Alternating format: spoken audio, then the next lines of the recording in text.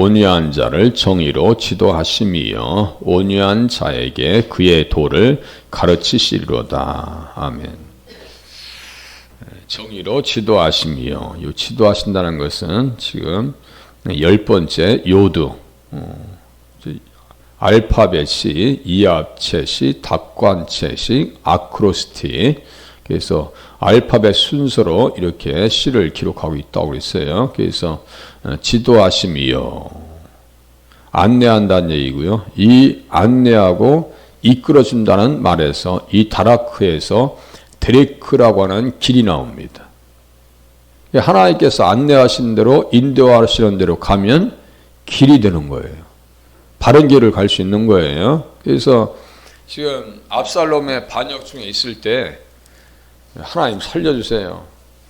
빨리 물리치게 해주세요. 그냥 표피적으로 그야말로 단세포적으로 단순한 사고로 육신을 위해서 기도하는 게 아니에요. 근본을 가지고 하나님 앞에 맞춰 나갑니다. 이게 신앙인의 자세가 되셔야 돼요. 우리가 어려움이 찾아오면 그냥 어떤 표피적인 생각, 단순한 생각 가지고 이렇게 안 해주면은 하나님 곤란합니다. 이것은요 기도가 아니라고 그랬어요. 그건 기도가 아닙니다. 기도가 아니에요. 그래서 온유한 자를 심판으로 인도하시리라 이렇게 써 있어요. 온유한 자라고 하는 것은 아나부라고 하는 단어를 쓰는데요. 가난하고 겸손하고 괴롭고 온순하고 빈곤하고 비참하고 비천하고 억압된 자를 얘기합니다. 이것을 심판으로 인도하시리라. 이제 불쌍한 자죠. 괴로움을 당하는 자, 자신이 비참하고 불쌍하며 잃어버리고 파멸한 것을 보고 지금 다 무너졌죠. 우리가 구원받기 위해서 무엇을 해야 됩니까? 내가 하나님 앞에 살아나기 위해서는 무엇을 해야 됩니까? 라고 외치는 자의 음성이에요. 겸손하고 온유하고 자신의 죄를 깨닫고 낮아지고 영이 가난하고 마음이 상하고 통회하는 자를 어떻게 한다고요? 하나님께서 멸시하지 않는다고요. 상하고 통회하는 마음을 주께서 멸시하지 아니하시리니 이 사람들을 주님께서는 그의 영으로 예수님 안에 있는 것과 같은 진리로 인도하신다는 거예요. 하나님 바른 길로 인도해 주세요. 나를 지도해 주세요. 하나님의 정의로 분별력을 갖길 원합니다. 정의라고 하는 것은 미시파트라고 하는 단어를 쓴단 말이에요. 그러니까 바른 분별력 가지고 예전에 내가 바른 분별력을 갖지 못했어요. 그 남녀 간의 관계는 수 없는 노래로 만들어지고 문학으로 만들어지지만요. 단순합니다. 다른 거 없어요. 제가 아무리 봐도 남녀 간의 관계는 복잡할 게 없어요. 복잡할 게 없어요. 문학으로. 노래를 뭐 김밥같이 말하죠. 무슨 사랑은 눈물의 씨앗이 뭐 별 노래 다 있어요. 아우악세 슬피우고 별 의미가 없어요. 그 별 의미가 없어요. 그냥 단순합니다. 하나님 말씀 앞에 서면요 아주 단순한 문제예요. 그래서 어떻게 해요? 심지어 그분에 의한 구원의 위대한 진리로 인도해 주시옵소서.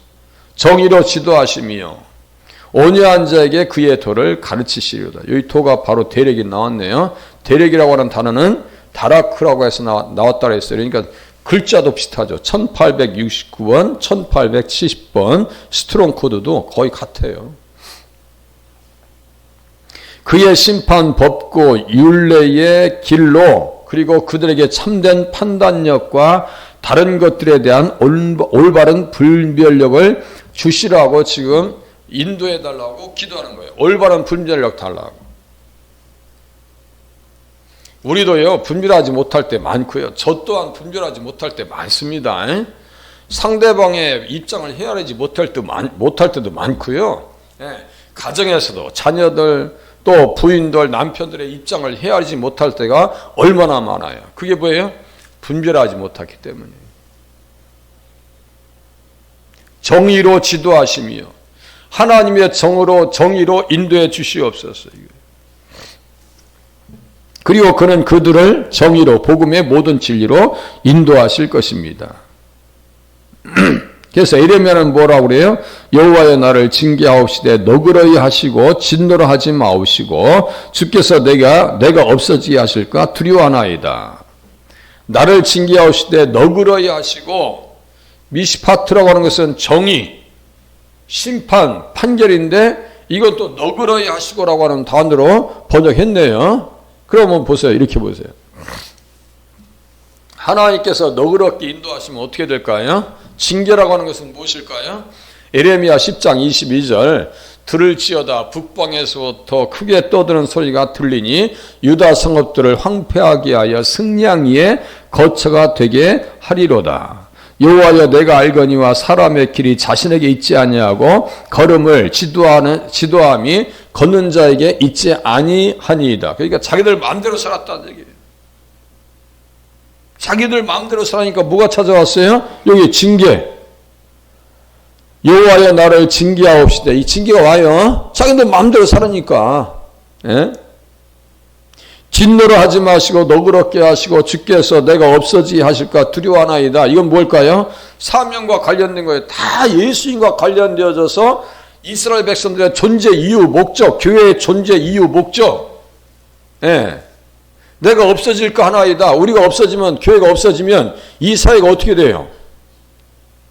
빛이 없으면 사회가 어떻게 돼요? 너희는 세상의 빛이라고 했어요.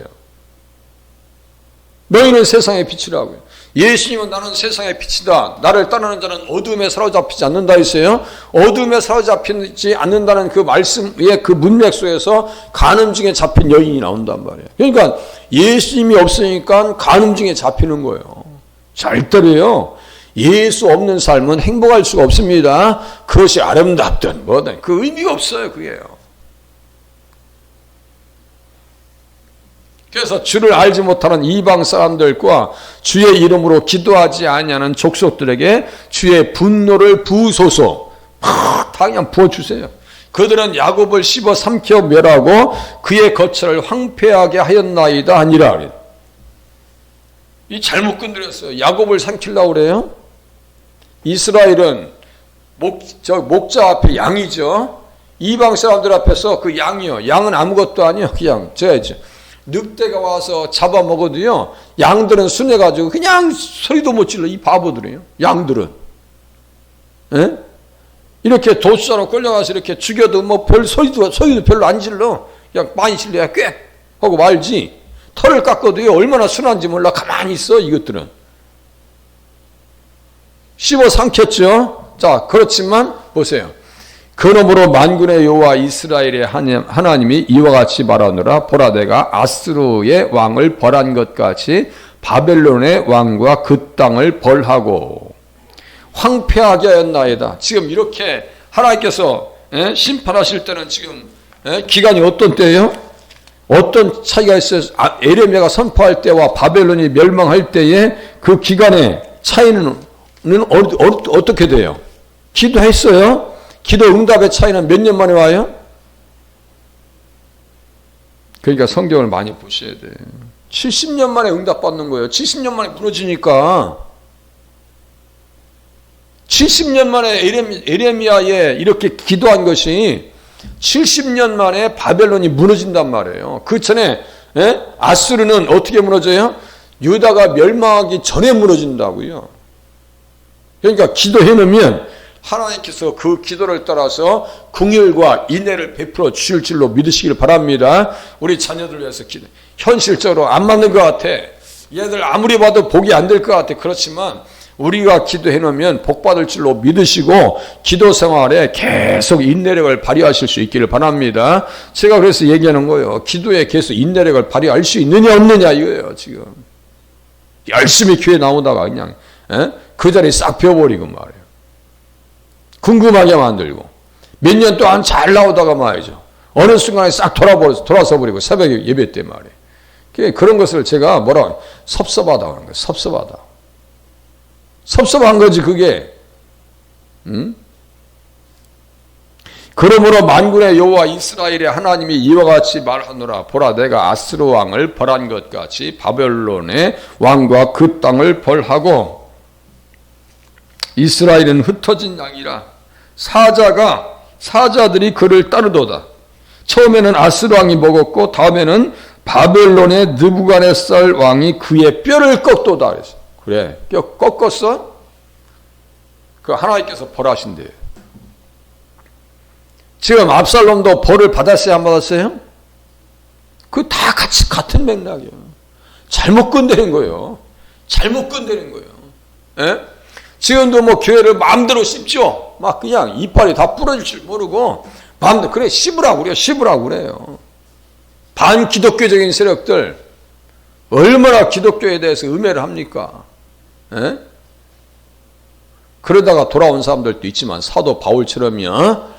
그 중에 한 사람이 이정원 교수라 있어요. 이스라엘을 다시 그의 목장으로 돌아가게 하리니, 여기 목장의 예배가 여기 있다고 있죠? 목장 예배나 구역 예배나 이름을 꼭 바꿔야 그게 세련된 게 아니요. 목장으로 돌아가게 하리니 그가 갈멜과 바산에서 양을 기를 것이며 그의 마음이 에브라임과 길르앗산에서 만족하리라. 이스라엘을 만족하게 하신다고요? 뭐하라고요? 예수님 잘 섬기라고, 예수님 잘 모시라고. 혹여 우리가 지금 잘 되고 있는 것은 누구 잘 믿으라고요? 예수님 잘 믿고. 누구 어디를 잘 섬기라고요? 교회를 잘 섬기라고. 아직도 건강합니까? 기도의 사명을 잘 감당하라고. 이 뜻이에요. 그리고 온유한 자에게 그는 그의 아들의 의로우심으로 죄인들을 의롭게 하는 그의 길을 가르칠 것입니다. 그의 도를 가르치시리로다. 온유한 자에게 그의 도를 가르치시리로다. 온유한 자는 뭐예요? 겸손해야지. 있어도 없는 척, 없어도 그래도 하나님 앞에 나는 부자입니다 라고 하는 믿음 가지고 사는 사람들이 온유한 자예요. 온유한 자는 변덕스러운 사람이 아니에요. 그들을 하나님께서 가르칠 수 있고요. 교회가 양육할 수 있고요. 목회자가 이끌 수가 있는 거예요. 그렇지 않으면요. 이끌지 못합니다. 좀 배우고 좀 있으면 힘들어요. 겸손하고 자신의 치와 무가치함을 고백하고 그리스도 안에 있는 하나님의 자비에 자신을 던지는 자들, 맡기는 자들은 주님으로부터 명백히 의롭다함을 받습니다. 그러나 거만하고 자랑하는 바리새인과 같은 자들은 주님께서 주님 앞에 가증한 자들로 지옥의 정죄를 피할 수가 없습니다. 무엇을 버렸기 때문에요? 의와 인과 신을 버렸다. 의와 인과 신을 버렸다. 의는 뭐예요? 믿음. 믿음의 의. 인.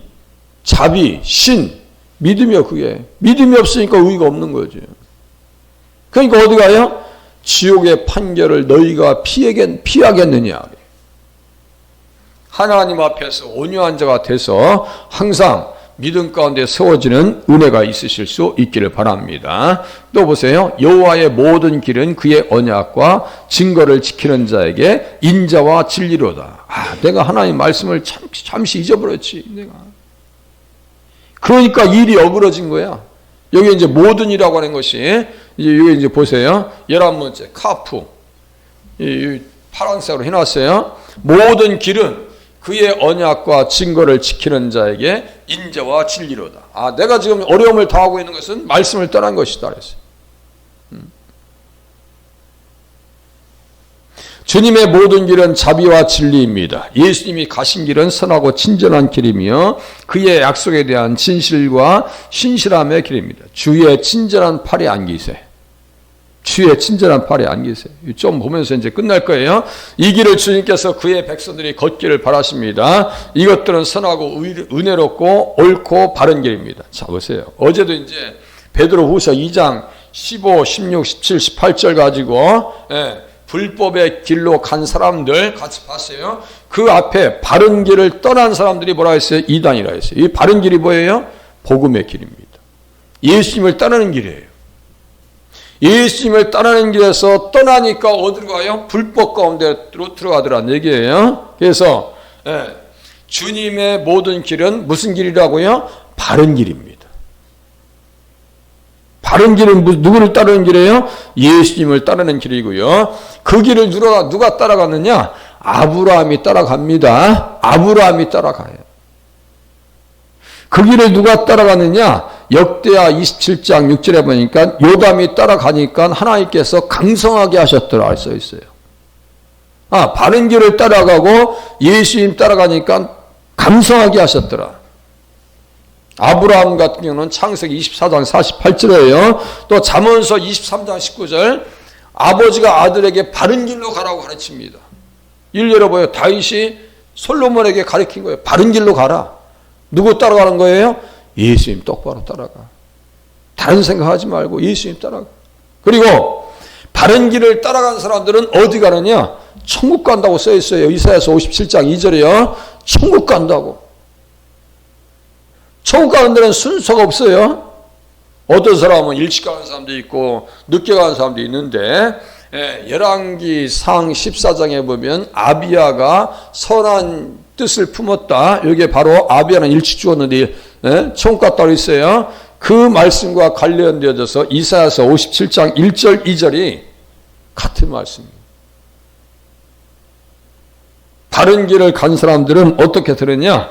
이사야서 57장 1절 2절 제가 찾아서 읽어드릴게요. 57장 1절 2절 자 의인이 죽을지라도 마음에 두는 자가 없고 진실한 아들이 거두감을 당할지라도 깨닫는 자가 없도다. 의인들은 악한 자들 앞에서 불리어 가도다.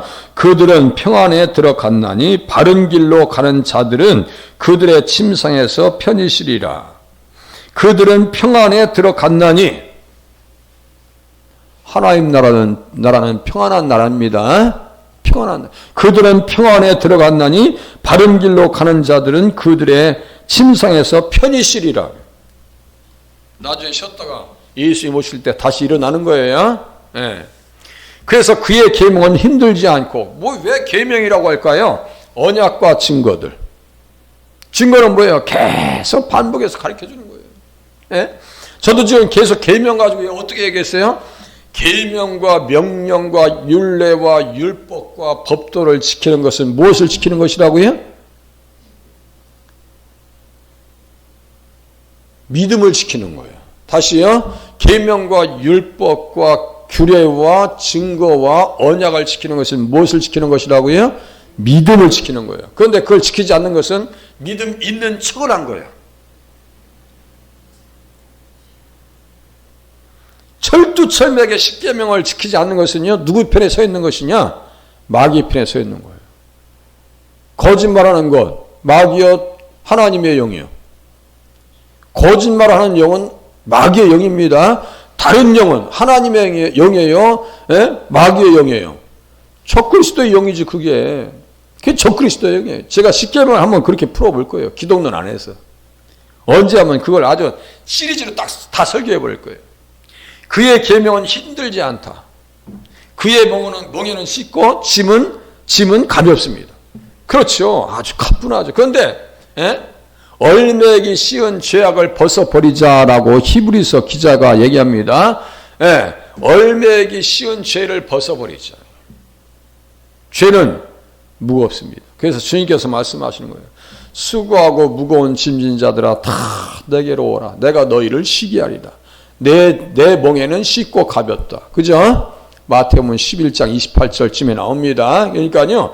주님 앞에 나와야 마음의 평강을 얻을 수가 있습니다. 그래서 그의 길은 즐겁죠. 그의 길은 평화의 길입니다. 이제 내일 그래서 10절 이하를 계속해서 같이 보면서 말씀을 나누도록 하겠습니다. 기도하겠습니다.